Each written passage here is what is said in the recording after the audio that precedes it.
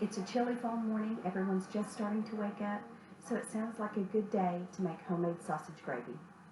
For today's recipe, you're going to need a roll of your favorite breakfast sausage.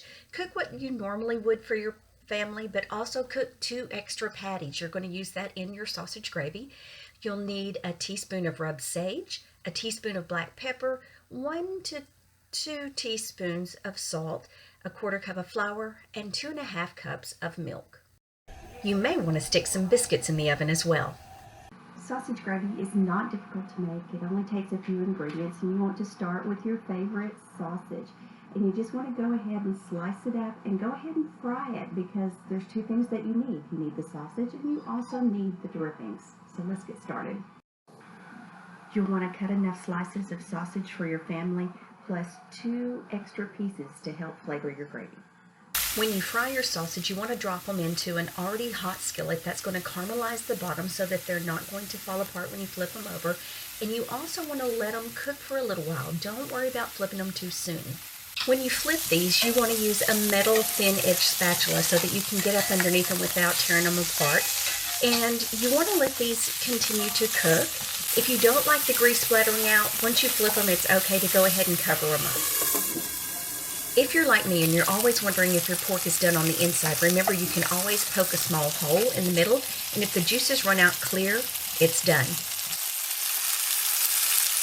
Once your patties are finished, you want to remove all but 2 from your pan, because these we're going to chop up for the gravy. Take a look in your skillet. You want to leave a little fat, but if there's too much, you may want to drain some off, and we're going to chop these 2 pieces of sausage to help make our roux. You do want to remove your sausage and let it drain on a paper towel to get rid of that extra grease.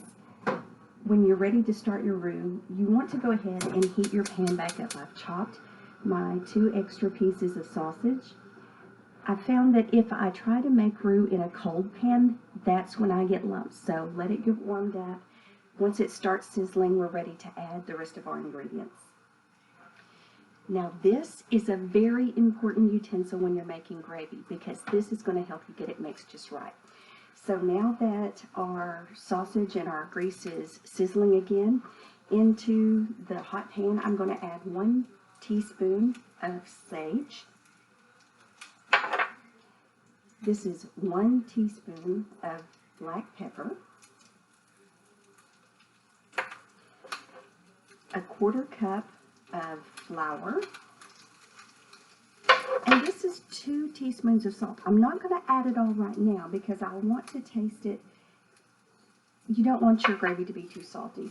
And just go ahead and stir this in. It's going to look yucky and lumpy, but you just want to get it nice and hot before we add our milk.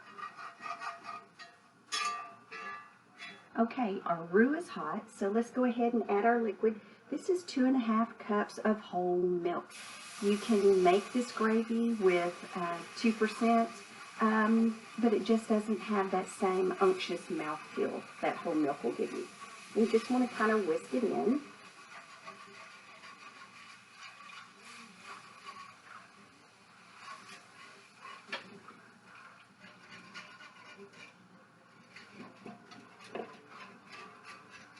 And this is the fiddly part, because you need to sit here and stir this around. You don't have to stir it constantly, but you want to keep a good stir going because it will scorch on the bottom. But by whisking it, you're going to be able to tell when it starts to thicken, and you can stop it at the consistency that you want. And once it starts to thicken, you do want to go ahead and take a taste.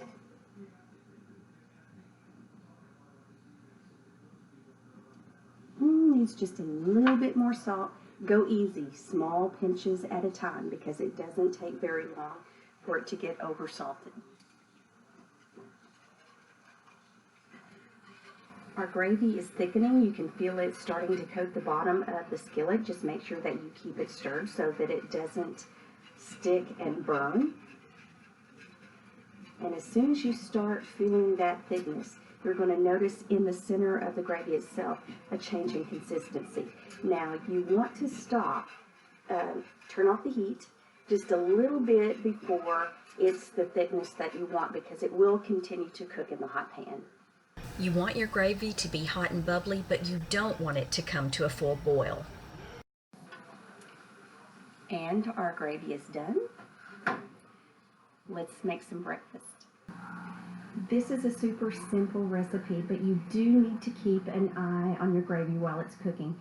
It does not take very long for milk to scorch, and once you've scorched it, there is no way to get rid of that taste. You would have to stop, scrap it, and start again.